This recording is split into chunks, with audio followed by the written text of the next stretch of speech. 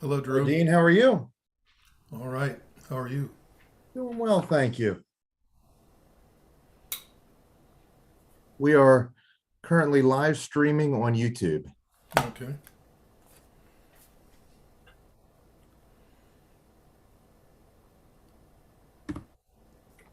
And it's not quite 6 o'clock, so I assume that there will be, okay, there are others joining us. Yes. Hi, Dana. You're muted. We've been missing you at Rotary. I yeah, I told you my wife has had some foot surgery done, and I've been doing the shuffling to get her back and forth to work in the morning, and it's at 7:30 to 8:30 that we're in the car. So Yep. yeah, so anyway, but Dean, I will be there Tuesday because well, for two reasons. I need to get back into things, but also I have a speaker lineup for Ah, Tuesday as well. okay. So anyway, so how are things with you? Busy. Really, really busy. Yeah, a lot of people are telling me that. I feel like I start to do something and then the phone rings and I got a fire to put out and I get halfway through that and the phone rings and there's another fire to put out and you can't put the first fire out and you don't get to finish the thing that you started in the first place. You know what I Yeah. mean? Yeah. By the way, this is being recorded, so Mhm. don't say anything that you regret later. Oh, so I can't say that thing. That's right. We're waiting on one other commission member. I haven't, Mike mentioned he will not be here. And I have not, wait to hear back to see if Patrick pops in the next couple minutes. If not, I'll call him. Okay.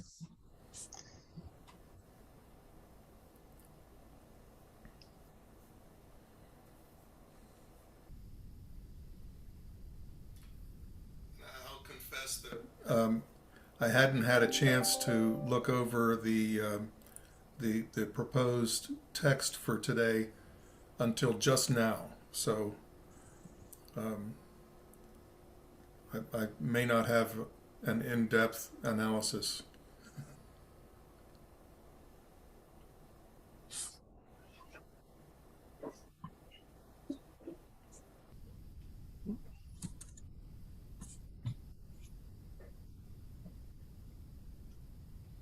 Hey, Drew, I am curious about something, and this doesn't have to do with the sign ordinance. Yes. Um, when I was doing the design for the Boys and Girls Club Mhm. audition, Yes. uh, one of the comments that came back was that rooftop equipment had to be shielded, had to be, obscured from view, That is and correct. because of uh, how that building is designed and the surrounding pavement, any rooftop equipment that we had up there really isn't visible. But I'm curious about why, when the Exploration Commons was put in at the library, how they got away with putting all that ugly equipment up on the roof. And Dean, because I didn't review that, I'm not certain of the ins and outs. Maybe we can talk about this later off the Yeah, yeah, yeah, yeah. I don't want to cause any problems for anybody. right. It's just every time I walk past that, it's like, ugh. Speaking of the Girls and Boys Club, I'm just curious, what was that building before it became the Boys and Girls Club? Was it a bank or something? Yes, it was originally built as a branch of the Westminster Bank. Then that became Westminster Bank and Trust. Yeah. And then it was purchased by Mercantile.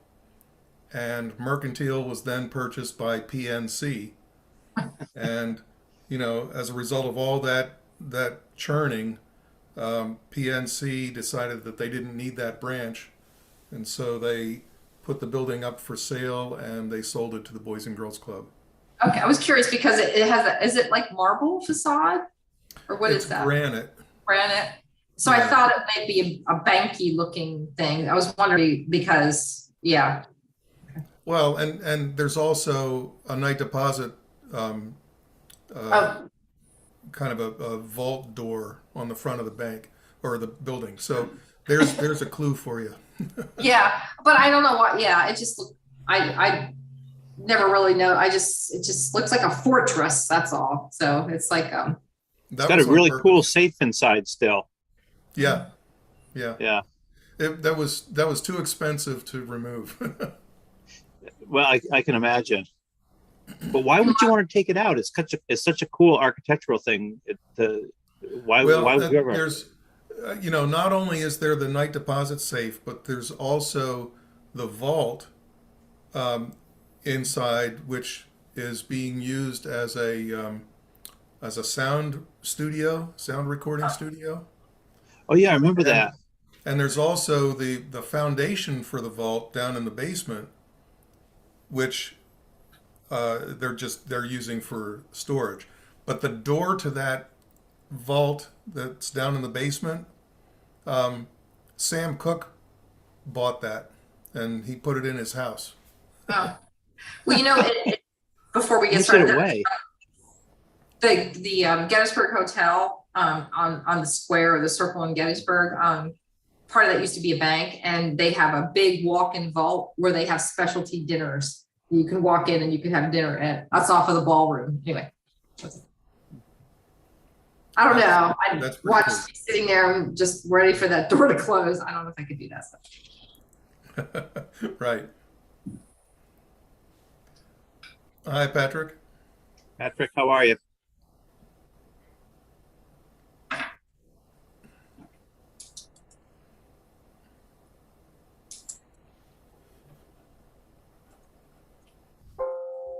All right. Well, I guess we can get started. Thank you all for joining the meeting today. So for the call to order, the meeting is called to order. The approval of minutes for February 15th. Not sure if everybody had time to review the meeting summary.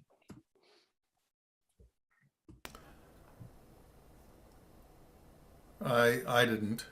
Sorry about that. I ran through them briefly. Yeah. I ran through them briefly. They look good to me.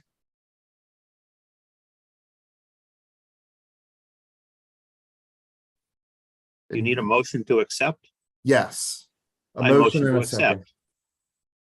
I accept. Patrick, Second. all right. And everybody approves? Yes. All right.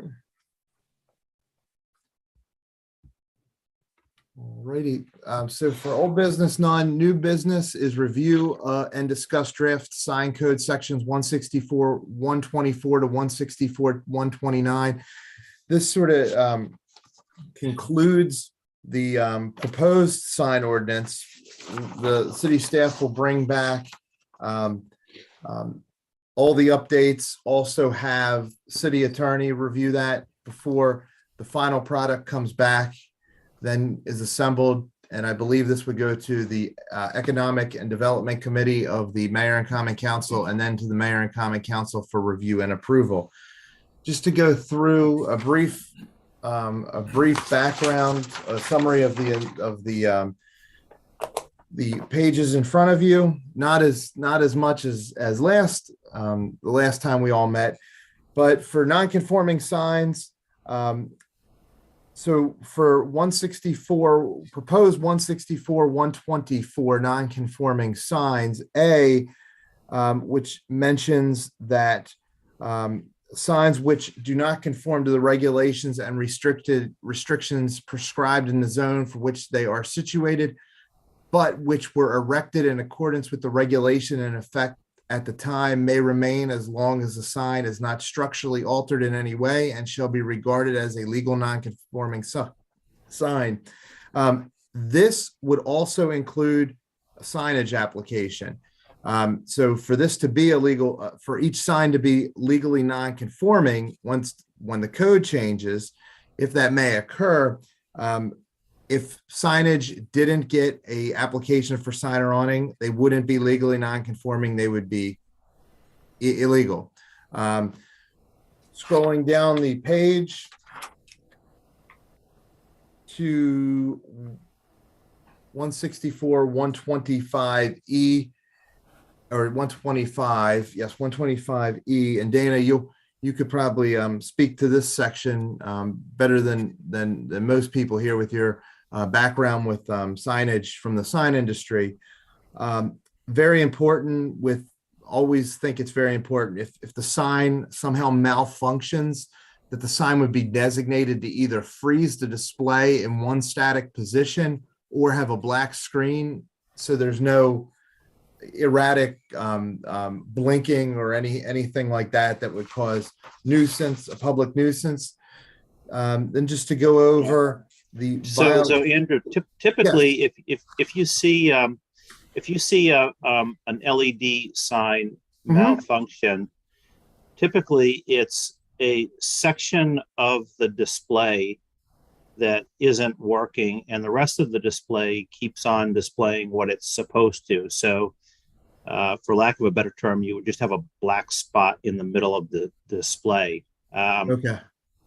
So I don't think you're gonna see wild colors and flashing lights because these are malfunctioning. I guess, would that be if like the software on the computer might malfunction? I think it's more the hardware inside the LED. I think there's, when something like that happens, like we said before, and we'll talk to this, I think, in a little bit, a lot of these components are Lego blocked together, and there may be a bad board on one of the Lego blocks, for lack of a better term. So I understand what you're saying, and you should probably leave that in there, because if it is flashing, you want to have some kind of recourse to make somebody turn it off. I just don't think you're going to see that happen, at least with today's technology. Who knows what's going to come down the pike tomorrow? Right. Thank you, Dana. Thank you. And then just real quick with violations and penalties, just to mention 164, 127C, with violations, that would be a municipal infraction, which would be a fine of $400 a day, every day that said violation exists. That is all I have for just going very briefly over this final section. And if anyone has any questions, let me know. Quick question on that violation. If you were to go and cite somebody and say that they are violating and they disagree with that, what is their recourse, and how does the fining go? If you came to me and said, you know what, your sign's out of compliance, you got to either shut it down or take it down or whatever, and I sit there and I say, no, it's not, here it is, and we're arguing about it, and it's got to go someplace for resolution. Dana, that appears to be covered in the next section there, 128. Okay. Yes, that would be appealable to the City Board of Zoning Appeals. So are you still being fined $400 a day while you're duking it out, or how does that work? That would be, and with that, I guess that'd be more of the discretion of the zoning administrator. Because you're right, if the zoning administrator says remove it 30 days, then the appeal, you in 30 days, you go to appeal. That appeal, obviously there's time for all the legal advertisement for Board of Zoning Appeals. And then Board of Zoning Appeals would meet, render a decision. So I guess that would be up to the zoning administrator. If the person loses the case, then obviously there would be, they would have to pay some type of fine. But I think that would be more handled administratively at the zoning administrator level, Dana. Right. Okay. All right.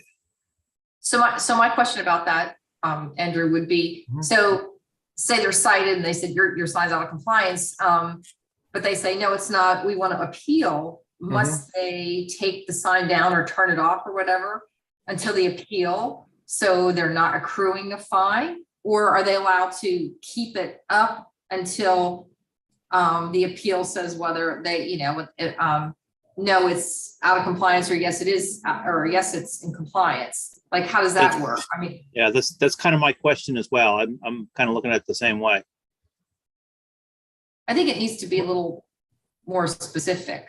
And we could add language for that section.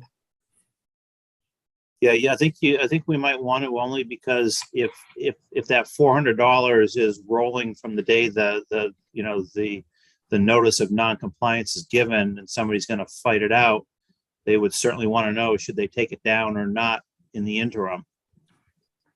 Because usually what happens, the city would issue an email saying the sign's in violation, you need to take it down. If person doesn't take it down, usually what happens is then the city would issue a notice of violation.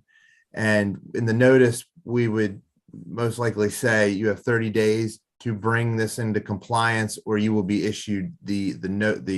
Okay, right. So it's not like you get the notice and the next day $400 starts. Right. It's if we usually say 30 days, and then if we don't hear anything back, or the person does not, or the applicant does not try to resolve the situation, and then that's when the notice of violation will be sent with fines attached to it. Right. It Yeah. would be good not to drag it out. A lot of times this kind of thing gets dragged out. Well, let's give them 30 days, and then we'll wait, and then it takes like 6 months to resolve something like this. I think there should be very tight time parameters on it. That's just my opinion, and move it along so people don't drag their feet and then it gets lost, it falls in the cracks somewhere and then it never gets addressed. So I think we should be I'm with Christine on that. Like, I think the 30-day notice, because if somebody long. needs to go and get, either a crane or a bucket truck or something, and you've got all kinds of weather issues and whatnot, 30 days for compliance seems pretty reasonable. But to Christine's point, we can't have that, oh, well, let's send out another notice because maybe Bob didn't read his mail or something. 30 days is 30 days. And done is done. Because if there is something that's truly out of compliance, it's going to be harming the businesses around that location as well, and that's not fair to them either. Right. Show good faith.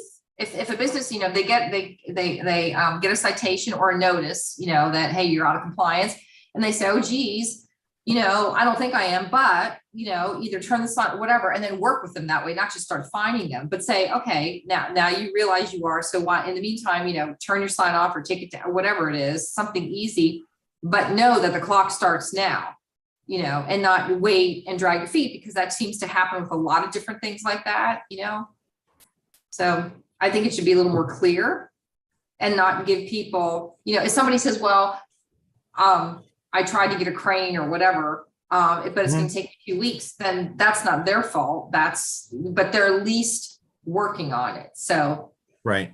I think they have to show good faith and the fact that they are on top of it and not dragging their feet on it. I agree with that. And the other thing too is if there is something that is out of compliance or is a violation, 99% of the time, it's going to be really, really obvious that it is or it isn't. The amount of gray area that we're going to see, I just don't think is that much. Because and Dana, as you know, with a lot with signage, with the reviews, it's really most of it's black and white, because it comes down to math. does the sign meet the minimum size requirements? Now, there are some gray areas, but main part is does it meet the size and location? Yeah, and I've had I've had some work with variances on signs in Carroll County, and my experience with that has been pretty positive. So if what you're trying to do is tasteful and it fits with the landscape and everything else around it and other businesses, there's no pushback on that at all. I think this is a really good idea. Go ahead and do it is kind of what I've been getting. So I don't think we're in an area where we've got to worry about people just sort of putting up an argument for the sake of an argument. I mean, I think for the most part, people want to see, good things happening in the community. Right. Well, Dana, speaking to that, do we want to make a distinction between what's downtown and maybe tighten that up a little bit as opposed to what's out on 140? I mean, do we, that's something we want to? Yeah, so Andrew can really talk to the different zones, whether things are zoned, historic, business, and I think there's a couple of, I think the zoning on 140 is different than it is for East Main Street, and it absolutely should be, because when you take a look at how fast traffic goes up and down 140 versus what it at least should be on Main Street, two different things.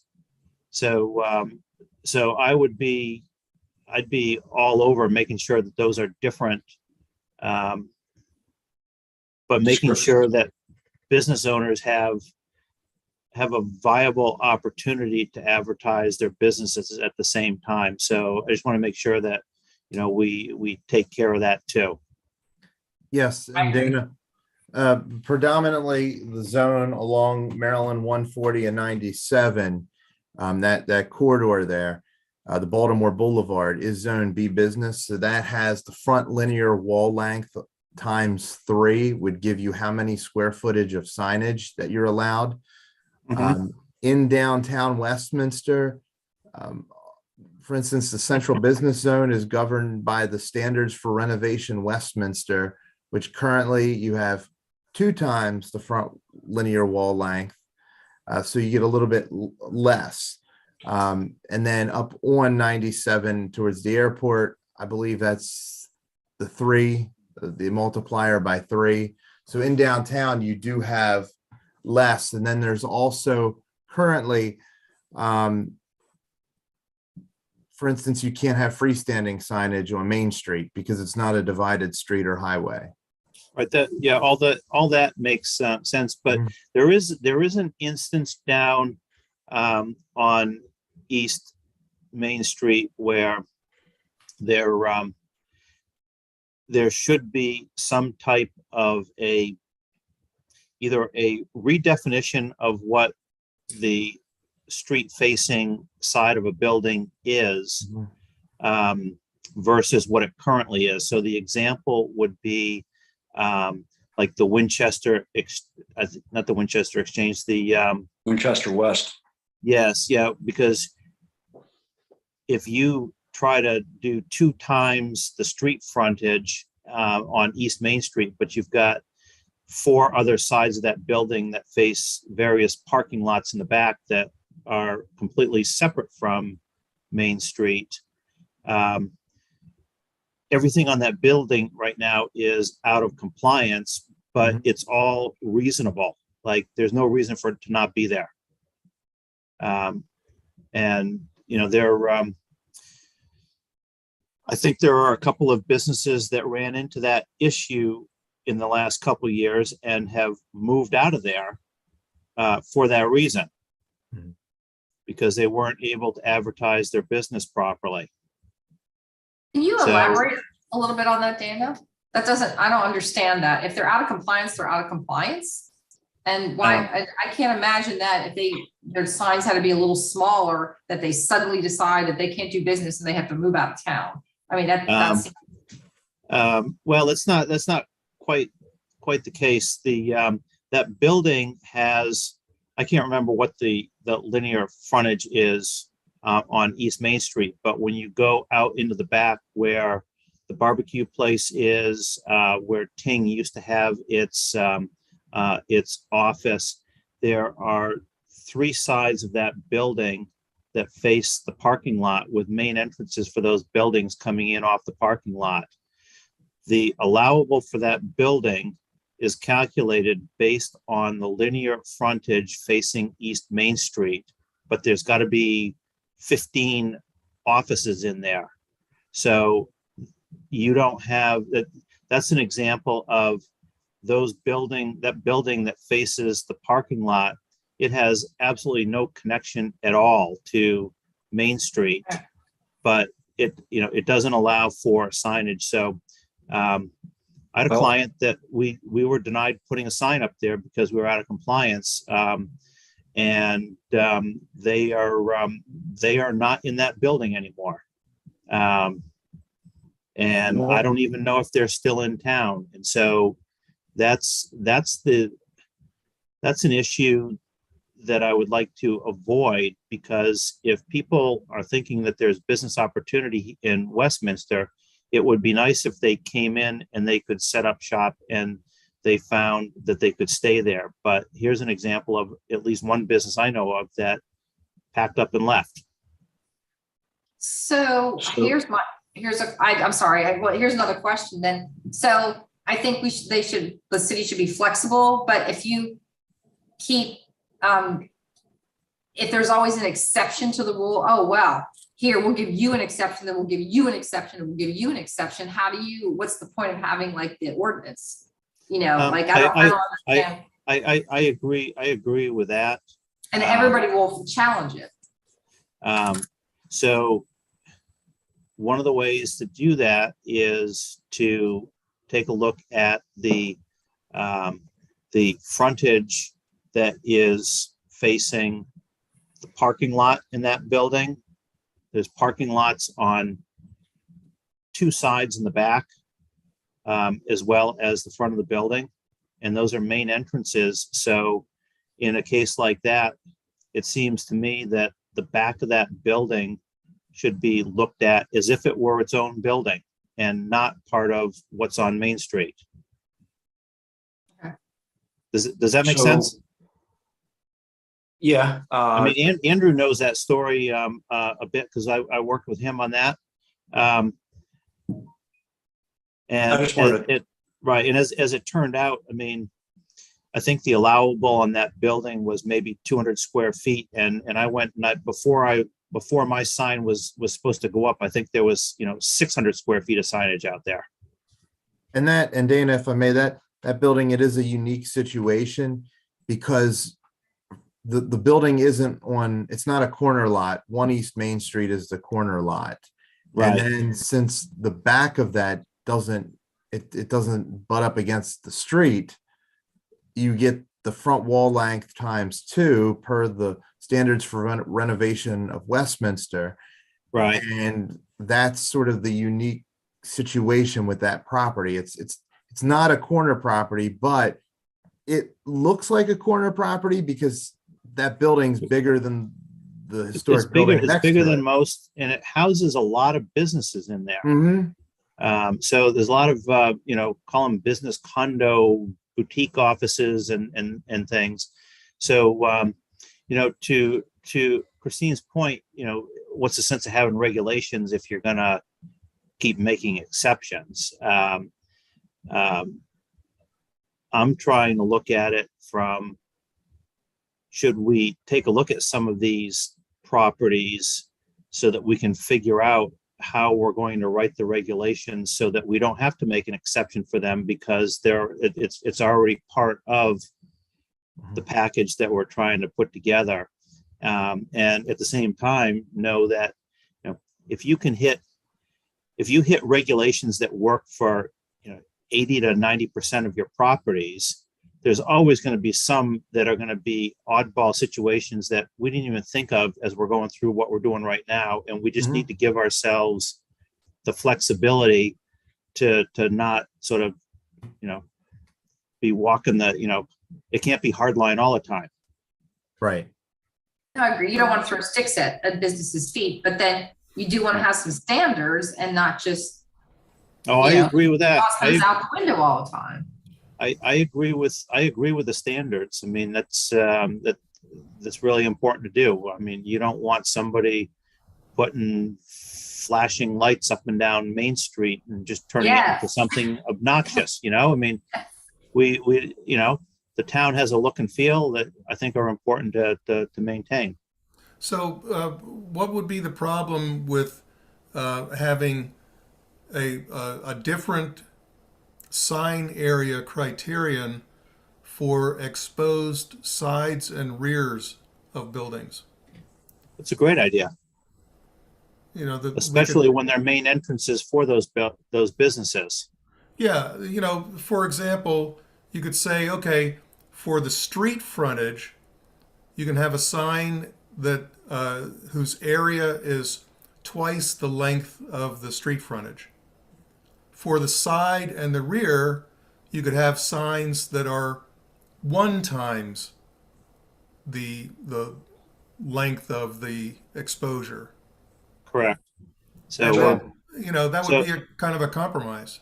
right. So in that instance, so if we take a look at that building that we're talking about, if you think about the number of businesses there that would want to have some type of signage on the outside, I think on the second floor, there's got to be 10 offices. On the main floor, there's probably another, I don't know, what do you think, 15 offices? Is that about right? Yep. I don't know. Yeah. Just roughly. I mean, I don't know, because you got to go back in there and count them. I mean, I suppose you could sort of walk the hall in the back of your mind and figure it out closely, but that's 25 businesses. And if you wanted to have,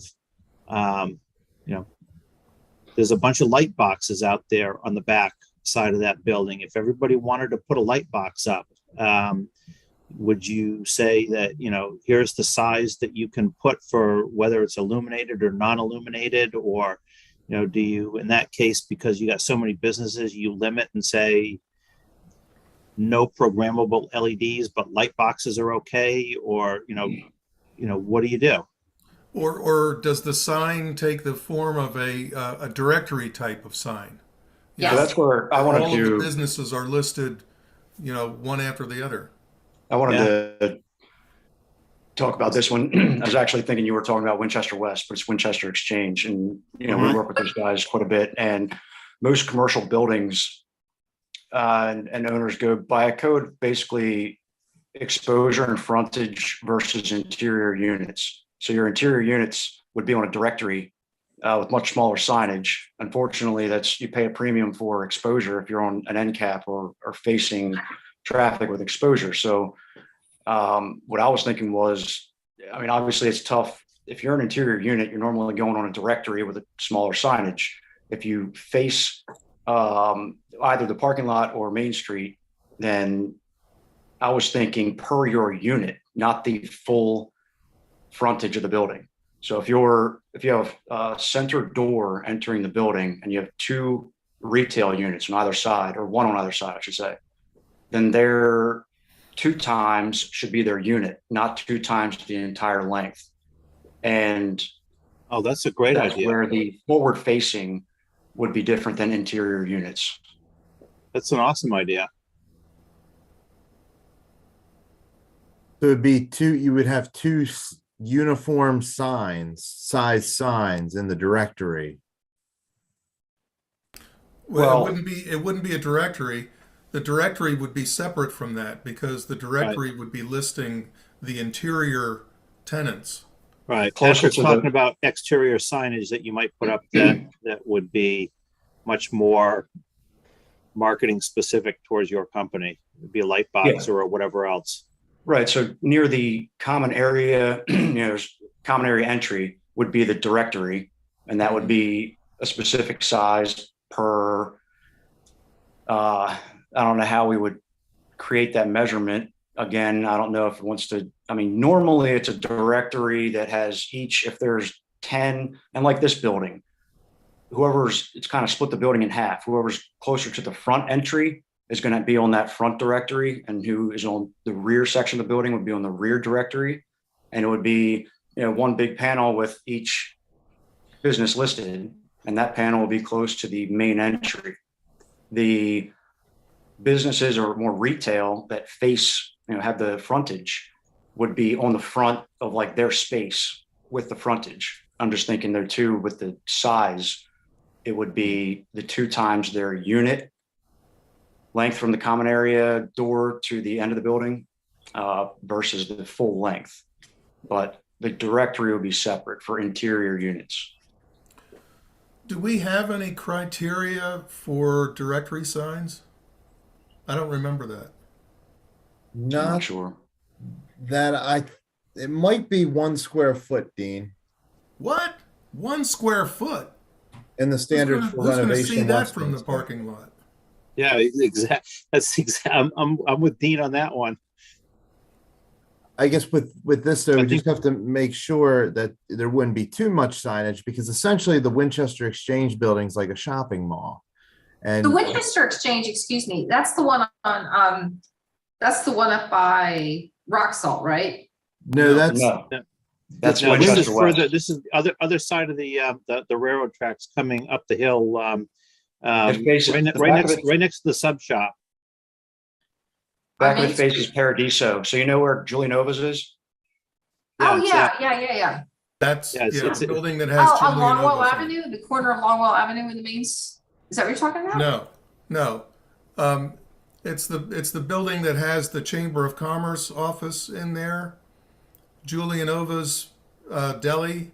It's And then- kind of corner Yes. from the And library. then and then there's the entryway up just as you're going uphill that takes you in, and you go back in there, and there's a hallway. It runs all the way down through to the parking lot in the back. And Janie Montgomery Scott and all Yes. those, Mhm. That's the right. Lion Yep. restaurant. Yeah, was that? exactly. Oh, Yeah, I that's- was thinking Winchester. I was thinking the one that was on the Oh, corner.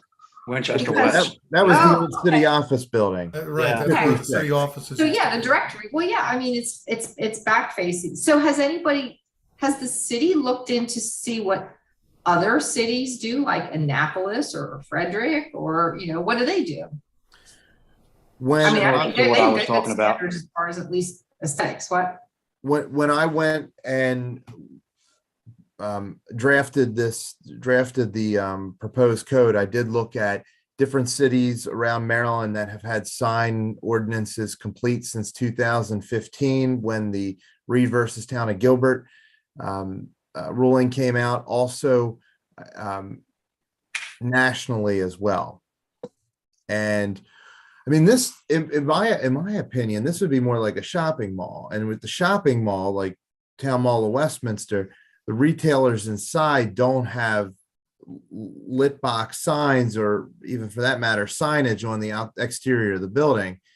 That's sort of like the destination, and then people come to the mall to shop.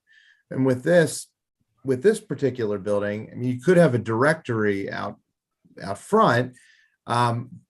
But I guess just my opinion, I would be cautious about if everybody in the building wanted to have a lit sign, you would have, there would be a lot of signage on the rear of that building facing the city-owned parking lot.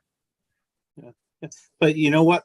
If you think about shopping malls that have large monument signs out in the front, they all have, each place gets a sign that is, 10 square feet that goes into the monument, just to pick a number, and it's at least that big. So to say that you would want something like that on the side of the building in lieu of a monument sign, which is, there's no way to put a monument sign out there that would be reasonable.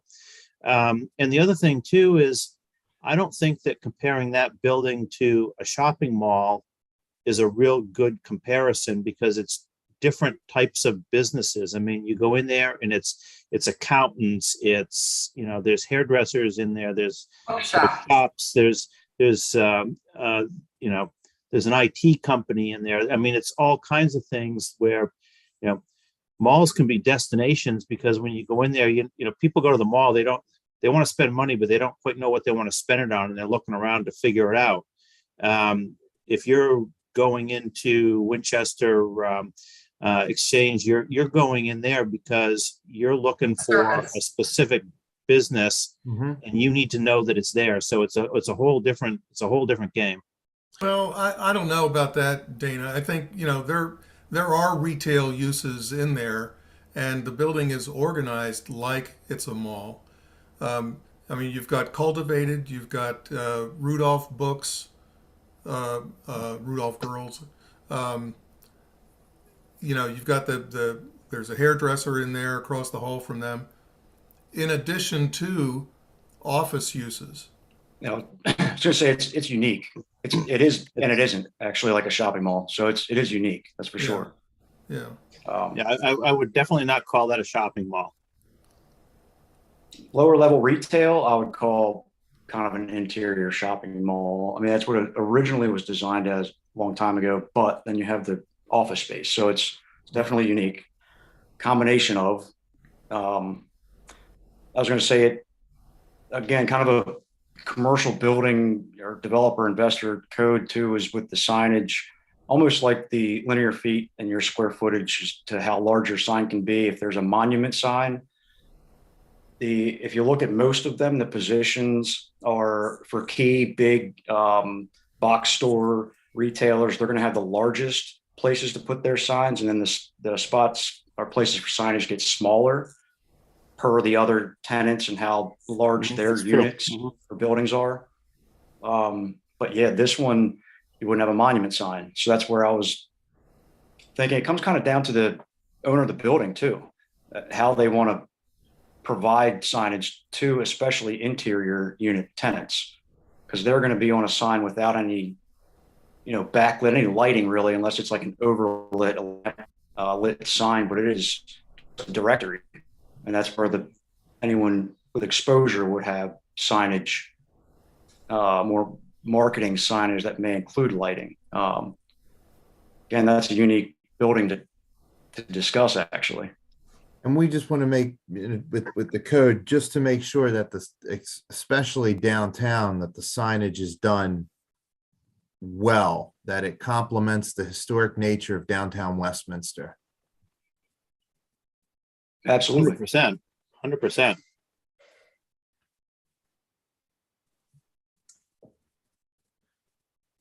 So I guess I could throw some ideas around and talk to the zoning administrator about this on Monday when he gets back into the office.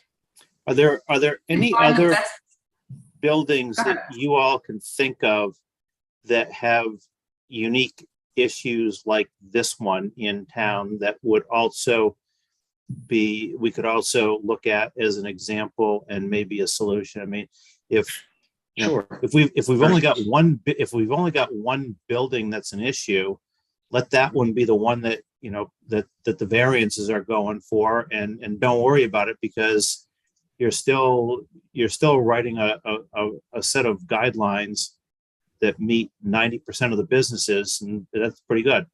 But yeah, I would say I'm thinking per use as well, as such as retail, or then office. So Winchester West is actually an example. So they have a directory out front and inside.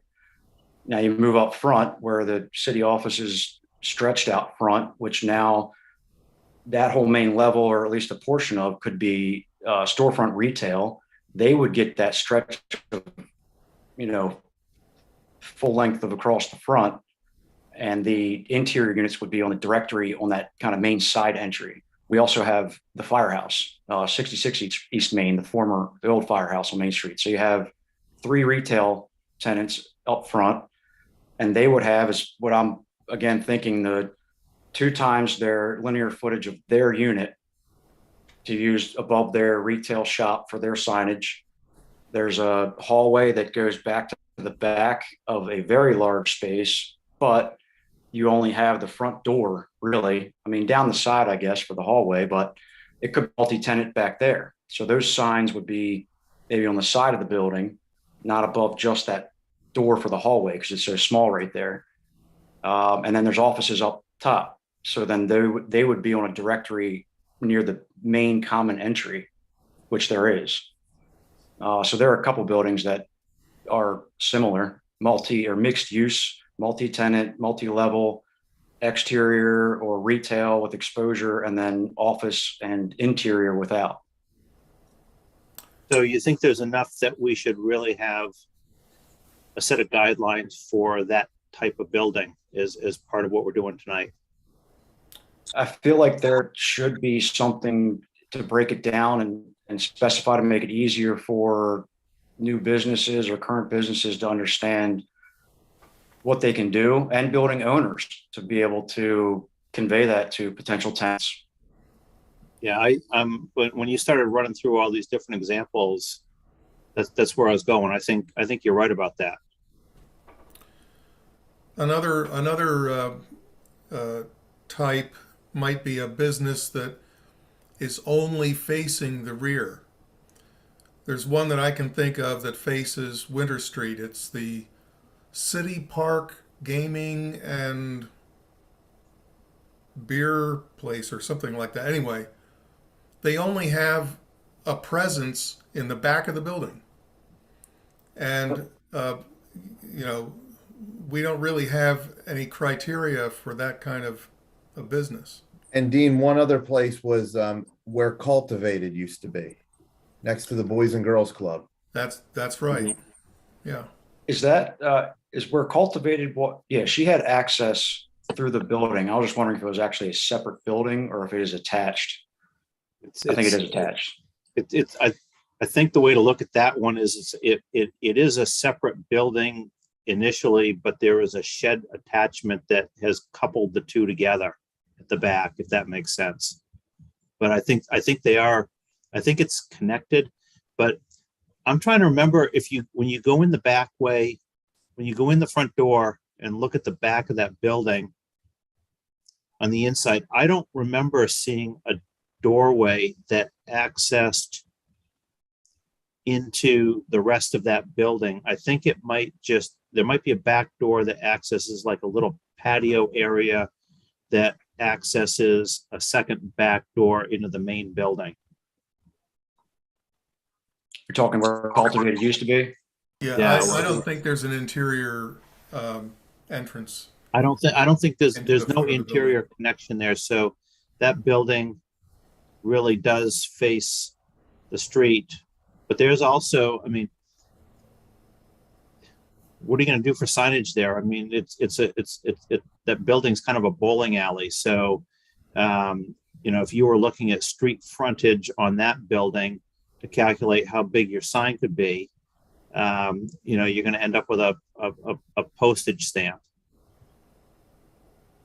Could there be, and I don't know, but so back facing businesses or those exceptions like that, could there be some kind of, so they fall out of, if they had to comply with what's proposed here, they might not get the best bang for their buck, right? So could there be if you don't fall within any of, you're on the main street or whatever, could there be some kind of formula different for those businesses that they say, okay, so if you don't,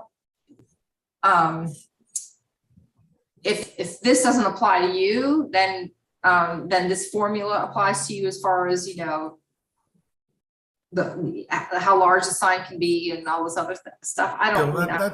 I think, Christine, that's kind of what I was suggesting. Yeah. For rear facing businesses, maybe it's, the sign area is 1 times the length of exposure. I don't know.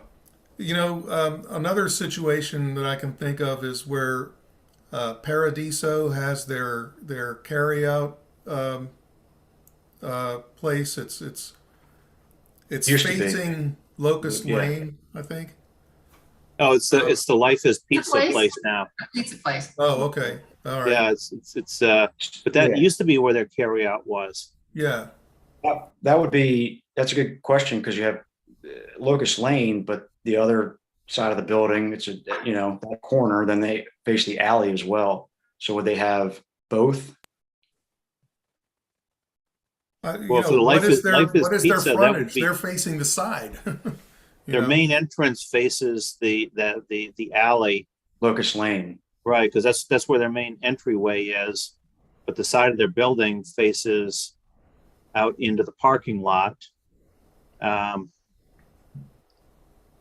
mean, those are tough places to advertise anyway. I mean, for the Life is Pizza place, it's probably not as bad because they're right on the corner, and I guess in theory it's a corner lot, or a corner space, so you could do something that wraps around the corner or something like that to get some visibility. But there's a couple other little shops up that little lane there that, unless you happen to be walking down through there, you wouldn't even know to look for them. Right. So people, for those people, I mean, that's kind of where a blade sign would be really kind of helpful, so that you could see it from the parking lot or from Main Street or something. But maybe there's other areas that are, 50 feet away from that you don't want blade signs. So I don't know if you look at historic districts down through Main Street, do you have ordinances that are essentially street by street? We're working on it. Yeah, I know. Don't you kind of feel like that's where we're going with this? Well, I mean, that's part of it. or- Like, so here's the other question. I just thought, so Paradiso sort of sits back between two parking lots or whatever. And then is it the Lost Lion? Is that what that's called? So they have outdoor patios and they're very pleasant to sit in. So if you're sitting in an outdoor patio, like, how much of it do you want, this big blinking flashing, do you want it to look like Las Vegas, or do you want to have, or you're sitting at Lost Lion outside on their patio? Well, we're not And you supposed to always have blink. blinking and flashing anyway. Yes, I know. Yeah, right. But what I'm saying is you have to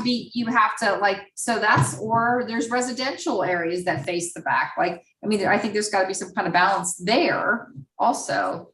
Right, there's the That's just a thought. I'm just tossing it out. there's I think the building, isn't the building behind that like an assisted living? Yes, And then you get to the police department. Right. yes. And Right. I'm just saying, I just threw that out there because what I was thinking, is it Winchester, the one that's up by Jeannie Bird's Bakery, that one that's across from that, Mhm. that's Winchester West. West. West. So in the back, I mean, there's a parking lot. Aren't those residential, or is that businesses in the back? Like, that's a weird alley there, and then there's Along Winter Street, yeah, On Winter Street, okay. those were built as townhouses, but Okay. there's businesses on the first floor of Okay. several of them. So it's mixed zoning then. Okay, I'm just throwing that out there. I think the balance is, aesthetics, and if you're gonna have a business, you want to be able to advertise, but putting a big sign, flashing sign or whatever out on the street is not your only option for advertising. So Yeah, I mean, there's part of the regulations, if you're doing any type of electronic programmable signage, is typically, how bright can it be at certain times of the day? How many times can a sign refresh so that it's not flashing, but content moves slower so that it's not, all those things can be put in there. You can't, or signs that hang in the right, way.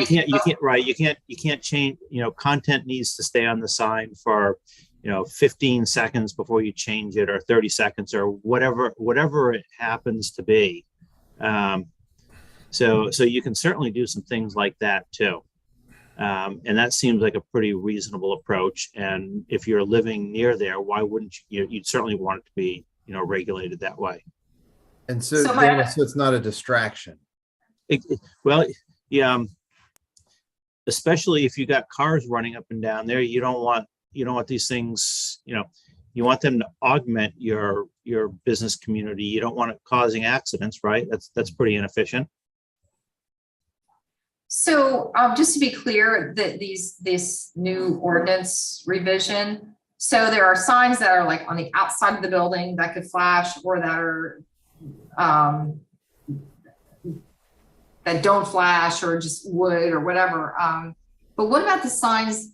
So the signs that also hang in the window, like a runner, like at the that, or we're open and it's flashing, or the lotto number that's flashing, or here are the specials that are flashing that are hanging in the window. Does those are covered also? Well, there can be no flashing signs per the code. Period. Right. Okay, so Yeah. Right. so just straight, so it doesn't matter how fast they're flashing, or if there is a run, they just can't, they're not even allowed to have the runner or whatever that's called. That. Well, so I would say that there's a difference between the open sign that is flashing versus the ticker that is slowly moving across the bottom of the screen or the bottom of the window. So I'm with you. The flashing open sign, I find those obnoxious. But that lotto ticker that's just kind of slowly moving across the bottom. I'm not a lotto player, so I don't really care. But if there are people out there that want that information, and that seems like a pretty easy way to let it be there without it being, obnoxious. And it's a convenience store, and that's kind of what they sell. Yeah, but you still have to have standards, because some of them, I in my personal opinion, I think some of it is just getting out of hand downtown. When you talk about downtown, and that's what we're talking about.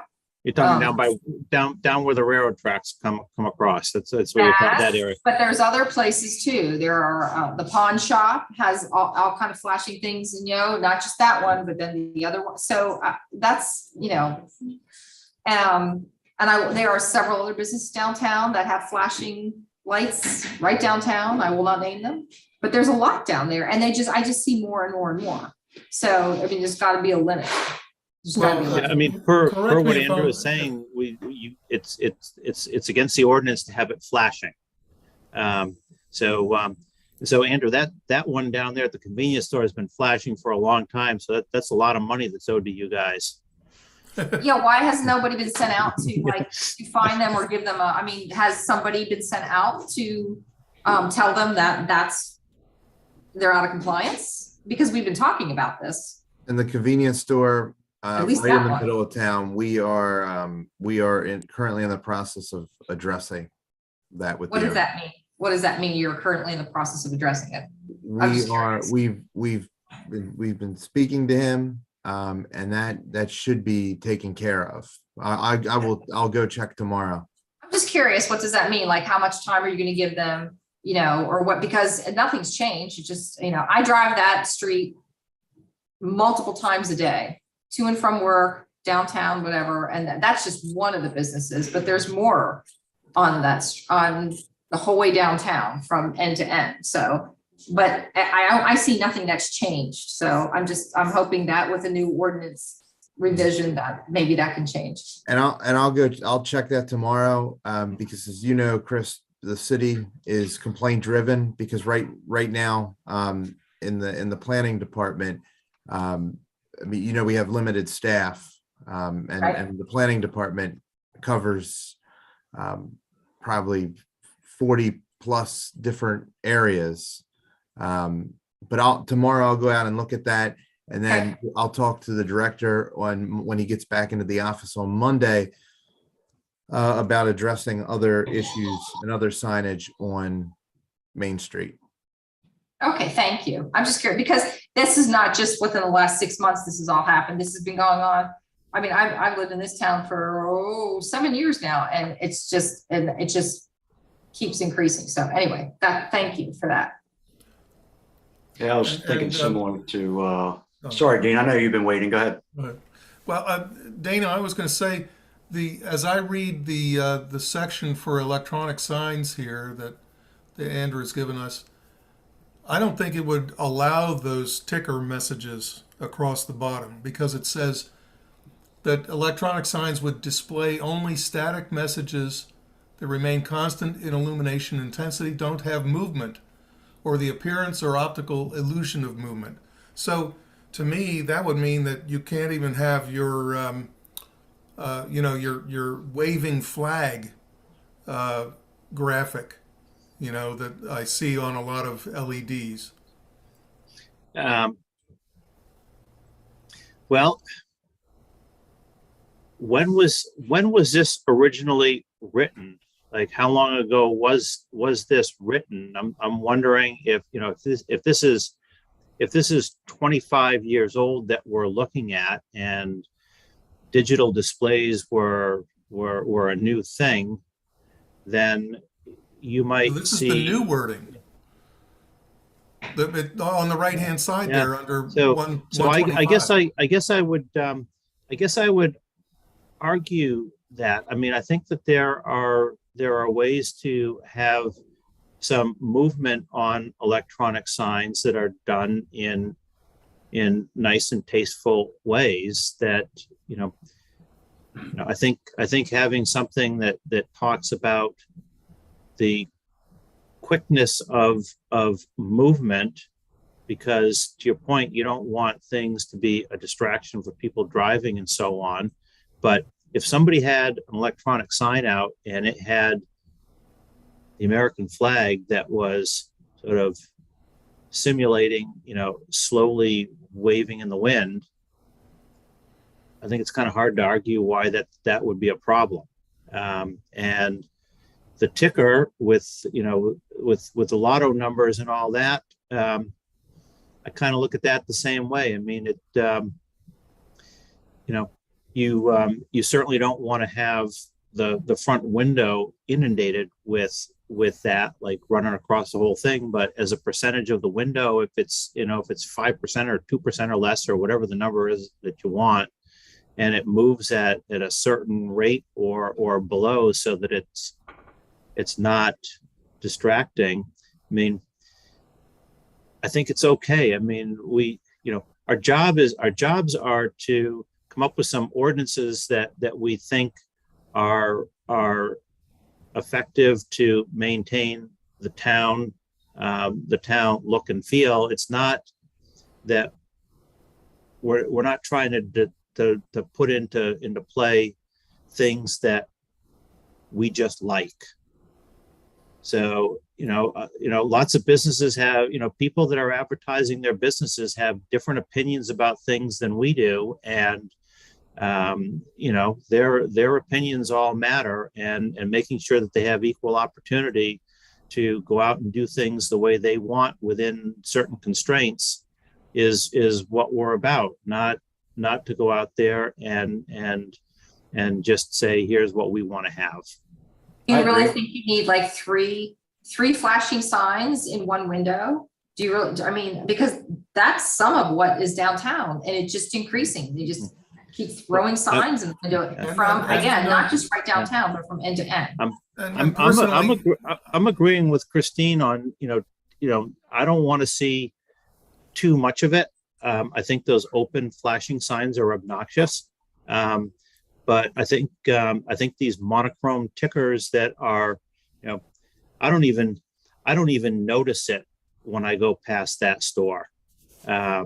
That's one. I'm not going to mention the other ones. If you just really drive down the whole way to the end of the road. I mean, if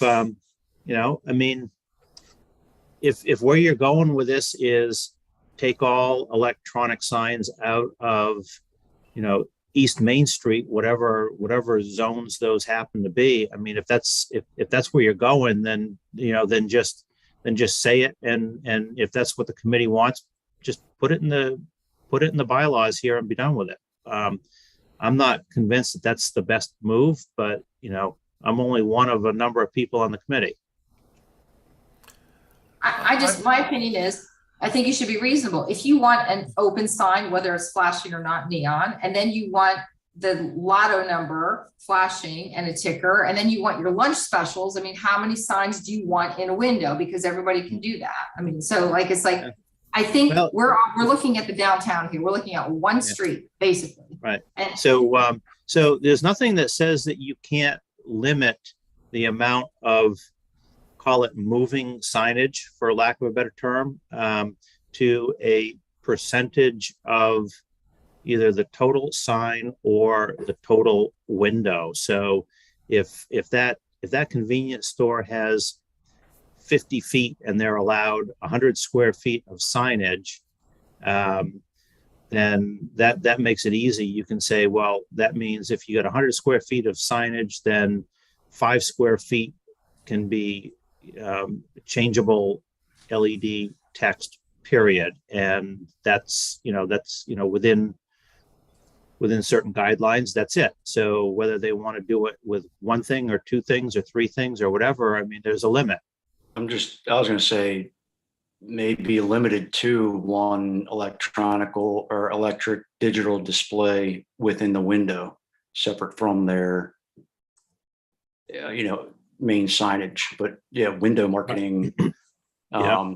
Because there's a couple of examples. There's just one specific. Actually, Andrew, I sent you a picture. It's quite bright. There's a lot. It's coming too. We're looking to the future. Obviously, there's a few like real estate offices putting a digital marketing sign or display in their front window showing different listings and pictures of those listings. But it's only one. It is, I guess it's scrolling, not really blinking, but that more of that's coming. And then, or many are using literally a TV, an LED monitor television, flipping it, putting it to the window and having a rotating marketing, different displays, that they're rotating through for their business. But again, as long as it meets the candle, what's it called again? The candlelight. Yeah, NIT is the term that's used for describing how bright something is. Okay. So for just back of the envelope, the TV in your house is probably around 300 nit, just to give you an idea how bright it is. Commercial LED displays can be up to 10,000. I mean, they can get pretty bright. That said, I'm not sure how the nit scale works. I've done a bunch of poking around trying to figure out, is it linear, is it logarithmic, is it whatever, and I can't find an answer to it anywhere. So it's essentially, it's just a set of relative numbers. Yeah, I was looking at the what was just up about electronic signs and the 150 feet, the 0.3 Foot candles. candle. Foot Yeah. candles. Yeah. Foot candles. Yeah, how it's written currently, as to how bright that is. I mean, obviously then with newer digital monitors and marketing displays, then like it mentions, could be set to recognize daylight to dusk to nighttime. Yeah, I would change it. I don't know if in the guidelines it's talking about foot candles and for brightness, but I would think about changing that to nits, just because it's current technology. And when you go out and buy equipment, it will specify how many nits it is. So 164, 125.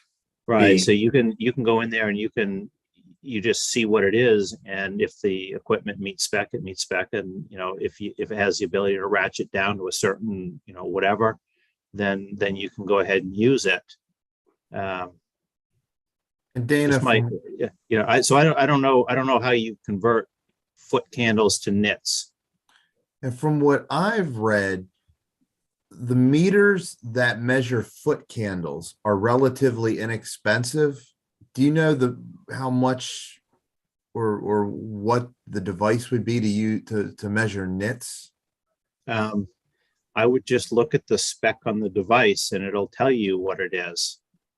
So it's not like, if you get a digital display or an LED that is rated at 5,000 nits, just to pick a number, it's not like you can turn it up to 6. 5 is it. So, But how would you reduce like 10,000? If someone has a much larger, right, if you're at capacity needed. 10,000 and you need to ratchet it down to 5,000, that's just the software.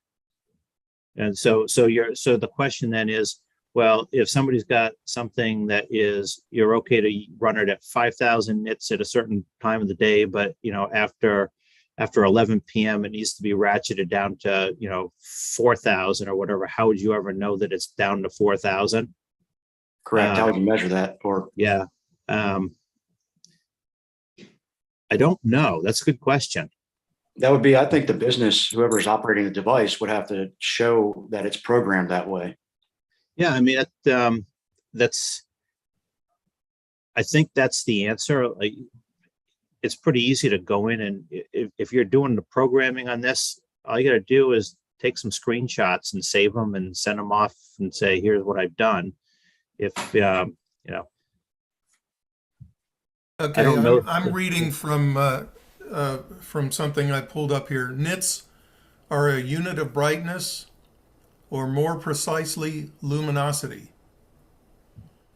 A monitor's nit value is usually listed on the box, blah, blah, blah. What does NIT stand for? I don't know. Or NITS? I think it should be expressed in I can't terms tell of, you either.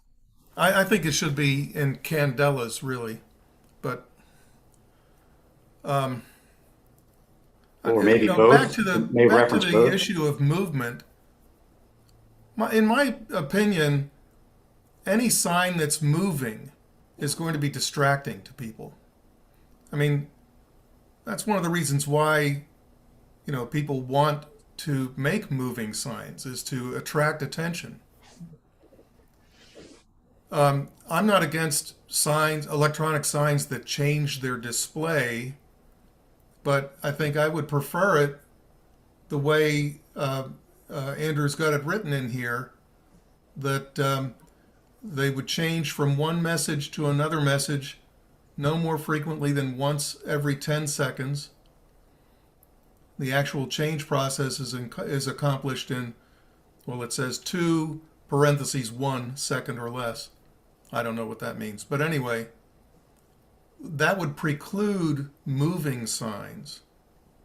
It would mean that you could still have signs that change their messages, but it happens more slowly.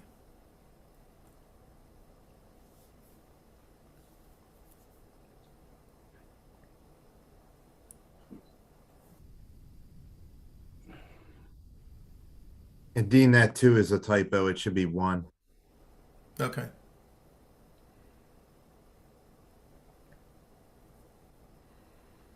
I'm not in favor of moving signs. So anecdotally, we all go to other little towns and cities, and the one thing we want is to bring business to downtown, and we don't want to, we want to bring businesses to downtown, want to make it easy. We don't want to throw sticks at people's feet.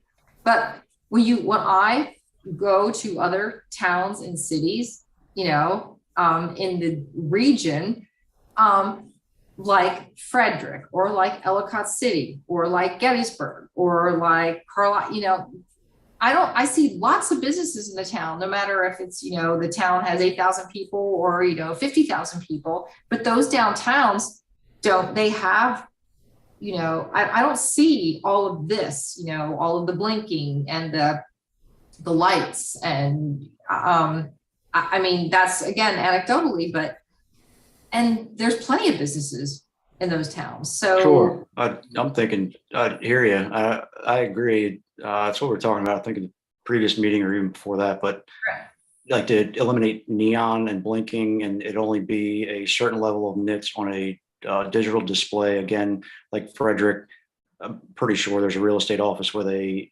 screen. They're kind of built for real estate where they display listings and then it'll rotate to another display of listings, but it is not really, really bright. It's kind of dim, but very optical, where you can pick up on it, obviously. So there are digital displays, but they're not neon, they're not blinking, and it's not bright in your face type of a digital display. So how do we? There's a difference between how an outside LED sign illuminates versus a digital display that's in a window facing outward, like the real estate office that you're talking about. So the real estate office example, I'm really happy with something like that. Pretty much anywhere they want to put it. I mean, whether it's on East Main Street or wherever, because that information, even if it's moving, like if it's just scrolling, it's moving at a slower pace and it's not distracting. Right, exactly. So every sign that has movement in it is not the ticker that is running the lotto across or flashing we're open. I mean, I think there's a difference. And when we talked about movement, like the example of the flag sort of slowly waving in the wind, I'm fine with that. I think that looks cool. It's tasteful, et cetera, and it's not, what for Christine's, the flashing thing. I'm with her on that. I don't think that has a place at all up and down East Main Street. Whether people do that over off of 140 where all the restaurants and things are. I mean, that's a whole different world. So, I mean, we seem to be talking a lot about what's going on in downtown East Main, down on Main Street. And we're not really talking about some of the other parts of Westminster. And so what I'm getting out of this is people really want to protect the downtown area to make sure that the historic district and those that touch upon them have a certain amount of protection to keep them from changing. But there are a lot of other areas in Westminster that really need to have the ability to advertise differently, because I mean, their demographics, I mean, even though they're, a quarter mile away, two different worlds. I think we discussed this before. If you're a business out on 40, or if you're in a strip mall or the mall, have at it basically, because people are zooming by and everybody has big signs and they're illuminated or neon, whatever but the downtown, all we're responsible for are a few city blocks, and we should be able to really, handle that. So, I mean, if you're in a strip mall and you have big neon signs, well, people expect that and you can see it. But if you want that, then it shouldn't be downtown. Right. So, it depends. Like there are some real estate agents up and down Main Street that, per prior discussions, they've got some moving signs and things in there, and they were done tastefully. And if you weren't looking for real estate, you might drive by it and never even see it there, which is, partially, I think, what, you want that to a certain extent. But I mean, at the same time, you also want to make sure that, these businesses have the opportunity to advertise, their wares properly. Do you think that most people, for real estate, for example, I'm just curious, if I'm looking for a house, I don't go up and down Main Street looking for that. I go online, and then I go, if I want to go talk to somebody in person, then I'll go to the store, but I don't go, oh, there's a real estate agent. So, I mean, they should have advertisement, but I don't think that that's it's like a restaurant. If I happen to be walking down Main Street and I saw a real estate office doing residential real estate, there's a pretty good chance that I would just stop for a minute and take a look at what things are, what's on the market, what are things selling for, et cetera, just out of curiosity. Exactly. So I would 100% That's what I was doing, stop so. if I were walking by. Right. So it's, But if you're it walking, seems you should be to able see be, the sign, right? I'm sorry. it's built for foot traffic. Those Right. displays are definitely built for foot traffic. They are, I saw them over 10 years ago down in Florida. And they are just attractive, appealing to just stop and like browse as they scroll or flip the display to a different listing. But it seems to be effective and attractive and appealing that it works, and it's kind of makes your office look more modern and presentable if you weren't thinking of a specific house or anything. Or if you're in the market, just in general, you may consider that brokerage or firm just because that is a modern display that seems like it'd be great for, you want to put your house on that display because you're stopping and looking at it. So whether you're selling or purchasing, it just adds to the marketing and appeal of your firm or brokerage. So Also, the key foot traffic here, not when you're driving by at 40 miles an hour though. it's foot traffic. Right. So that's fine. Like if you can see it when you're walking down the street, then I have no problem with that either. If it's. Yeah, and that's what I was saying earlier about how it's not real bright. It's not real big. It's not blinking and it's distracting. It's definitely not something you're going to be able to really see from your vehicle on the road.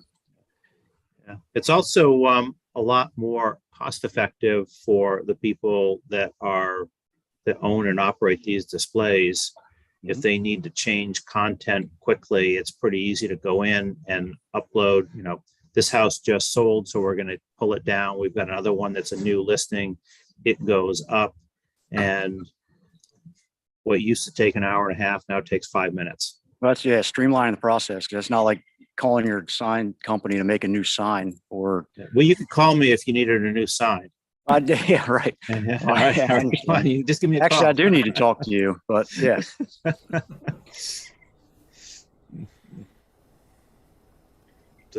So where do we stand, Andrew, with I guess a recap or at this point in the meeting?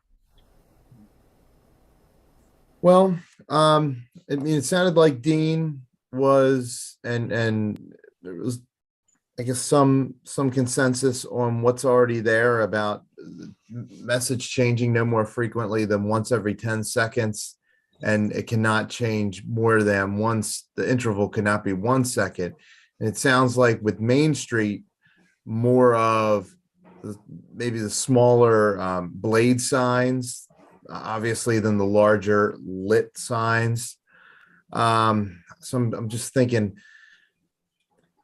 I think we did put in here about only gooseneck lighting for Main Street. So it could not be internally lit signage. It could only be externally lit. So that would negate any problems with the large box signs on the side of the internally lit signs on the side of Main Street buildings. You could still have them anywhere in the city, outside of downtown. And then I know we were talking about nits. I think ISA, the International Sign Association, used foot candles. So that's why that was in here. Okay. But I'm thinking with the signage, I mean, there's been a lot of back and forth going on here, but I feel like would the committee be okay with keeping that 125 or 164, 125, obviously with the 2 going to 1, but keeping the static messages and not having the message move? Because I know, Dana, what you were saying, instead of somebody coming, not that you wouldn't like that, but instead of having people come back and buy signs every time they want to change a message, they can change the message, but the message would have to be static, so it would not cause any distraction or inhibit the historic integrity of Main Street with flashing, moving signage. Are you talking about doing that just for the historic and tangential areas on Main Street, or are you talking about doing that across the boards for all of Westminster? Well, I mean, all of Westminster would be the no moving signage on Main Street. It could only be externally lit. I think having moving signs within parameters, not on Main Street, but out on 140.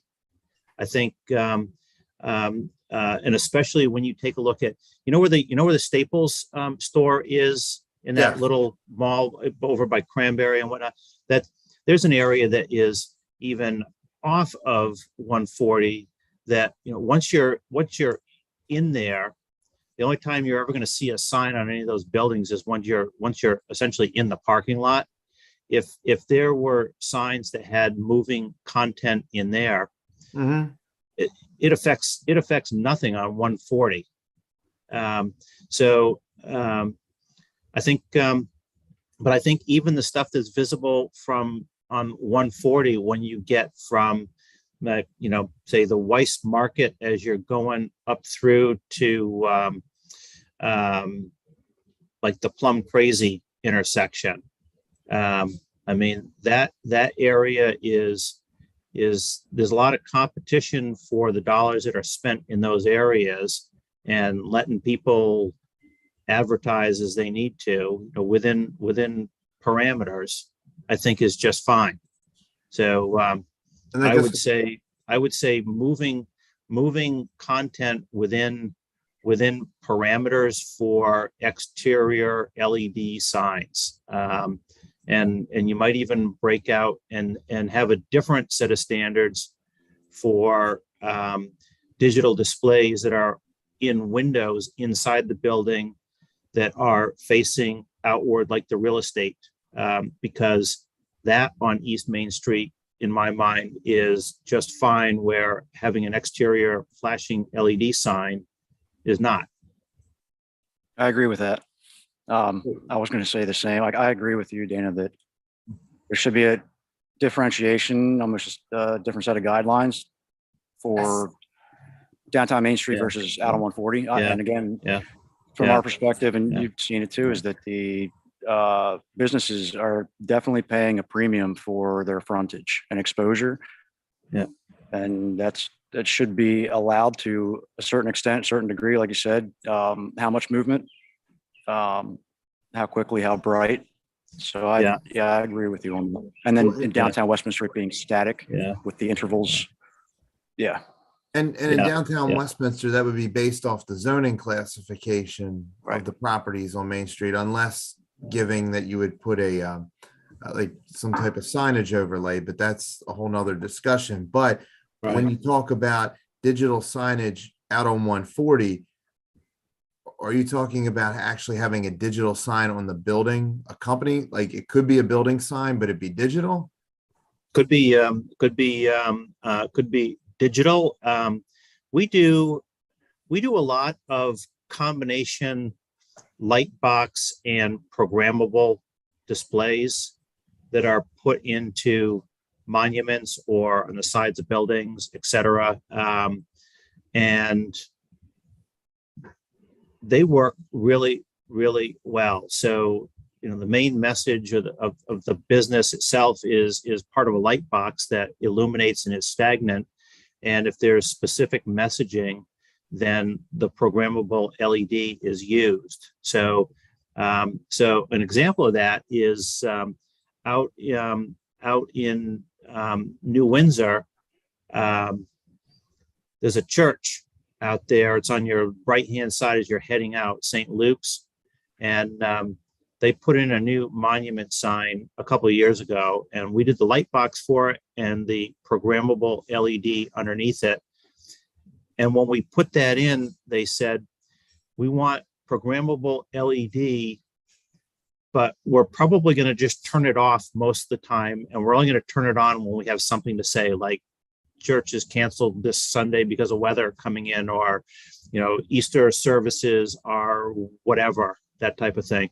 And they specifically chose a sign that has a black backdrop for the program, or for the light box, so that when they turned off the LED, it just looked like there was a section of the sign below it that was blanked out and there was nothing there. And they just turn it on when they want it, and seems to work fine for them. And but Dana, that's on the monument sign. That wouldn't be on the building. Well, it's the same concept. You can do both. I mean, you can put a light box and an LED on the side of a building. It's just a single-sided sign, versus in a monument, it's typically two-sided. Mhm. So it's the same technology and it's the same frameworks and all that. It's just whether it's essentially two signs back to back or just a single one on the side of the building. So it's really all the same. Okay. Yeah, that can be kind of distracting. That's where I am right now. I live out in New Windsor, so there's a mix. Because now I'm thinking too of again down the road, just like there's an insane premium cost for there's basically a vacant structure that looks like a building in Times Square, New York.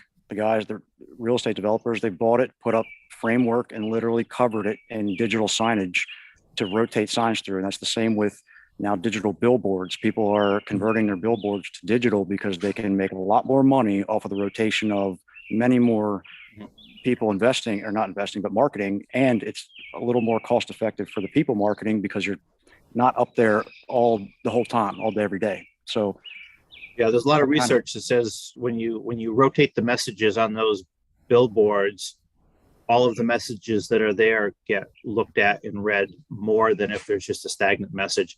But so that's a good question. Like if you're coming down 140,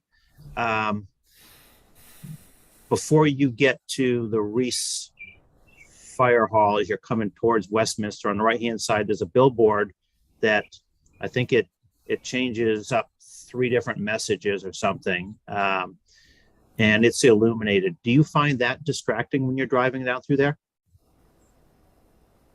no, I don't know what their nits, how that display, what kind of lighting, or how it projects outward, I guess I should say, is that I don't think it's that bad. I think it really is the quality of the signage. And then there's another one. Are you talking about the one by the sheets, going south by the sheets on that side? It would Similar. It'd be on the Yeah, right-hand side as you're heading north is the one I'm thinking about. But there's another one farther south on the south side of Finksburg, right next to is that the big gas station there? Is that a Sheetz? And there's a huge LED up there, and one of the messages has Mike and his dog on it a lot. Yeah, that's near that Exxon station, I think. Yeah, and that's that's a pretty bright one. But it's on but one. It is. It's pretty bright, but I don't find it distracting. Those displays are not moving. The signs change, but they're not presenting like a moving video. That's true. I was looking at it more as an example of brightness in terms of what's distracting and what isn't. They're pretty bright. Yeah. And those are pretty bright, but I don't find it distracting. Not on 140, I don't. No, not at all. I find them Yeah. all the time. I drive down there like every day, and I see those all the time, and I look at them and they change, but I don't find them distracting or annoying. I would find it distracting or annoying if we're downtown. I agree with that. So what I'm thinking is, and I don't know how to measure this, but if you think about when those billboards change up, which is probably every 20 seconds, roughly. Probably, something like that. The fact that they're changing there's a transition as these things change. So there is movement that happens with that as these things transition, but it happens slow enough that you don't really even notice it. And so what I'm saying is, if you have digital displays or programmable LEDs out on 140 that have movement in them, as long as the movement is below a certain rate or speed, it should be okay. And to say what that rate should be is really tough. I think what you do is you go out and look at a few and you say, that one seems okay, this one seems a little fast. And then you go from there to try to figure out what's the rate that these things are moving at. I don't know how else to do it. I'm sorry, I had a little distraction. So still on the digital billboard issue, correct? Yeah. You're talking about the signage now in the building. Talking about programmable LEDs on the outside of buildings. Okay. Well, actually, I can't remember the county, Andrew, that you sent us their new signage code. It was Calvert County, Maryland. Calvert.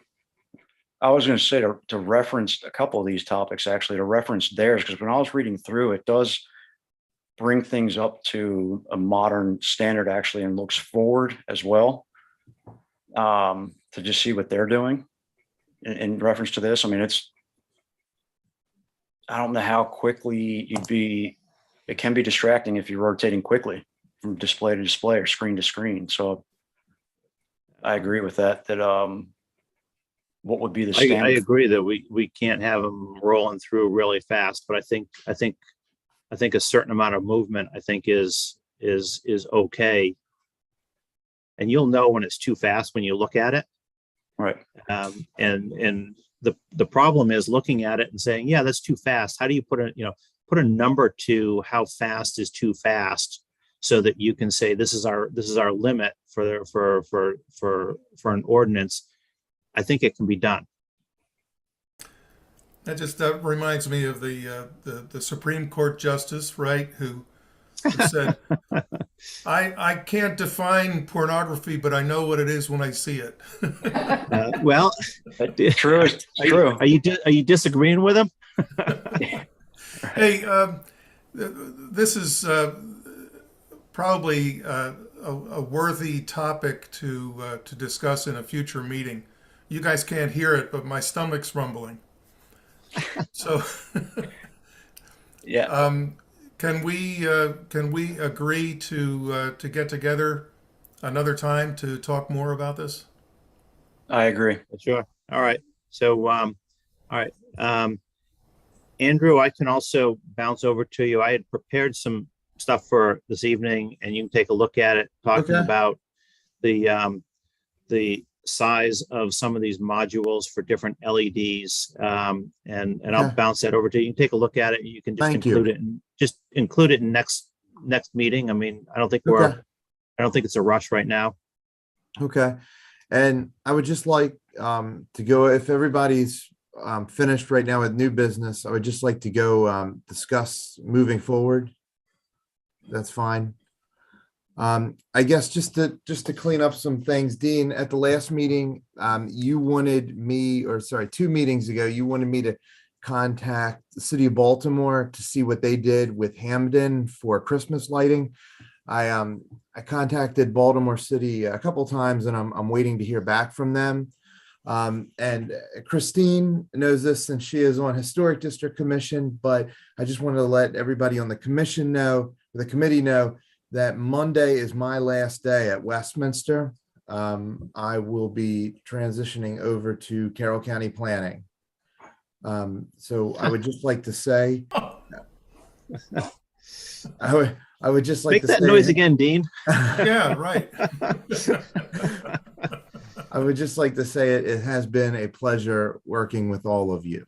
And thank you. And you have brought some wonderful ideas, wonderful discussions about the signage for the city moving forward. And I very deeply thank you for that. So Andrew, are you going to be working on sign committees for the county now? I am not certain, Dana. I am not certain. When you were talking about the city being short-staffed, you weren't being ironic? No.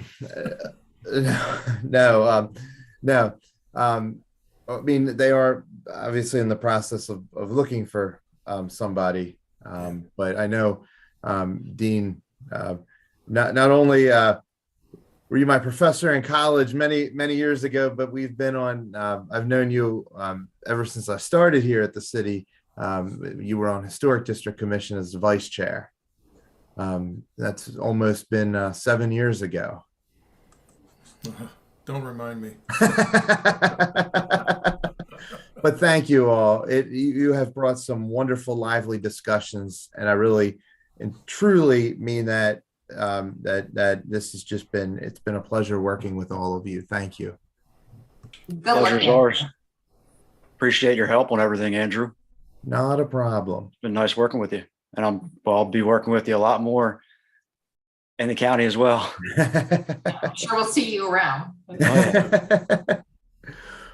Well, I guess and then also moving forward, I'm assuming Mark will get in touch with everyone about the next meeting. I have notes here that I'll go over with him on Monday. And then he will get in touch with everyone. All right. All right. That sounds good. Which email do you want this to go to? Do you want it to go at WestGov or Westminster MD? The WestGov was the old one. It would be the agray@westminstermd.gov. Gotcha. Okay. All right.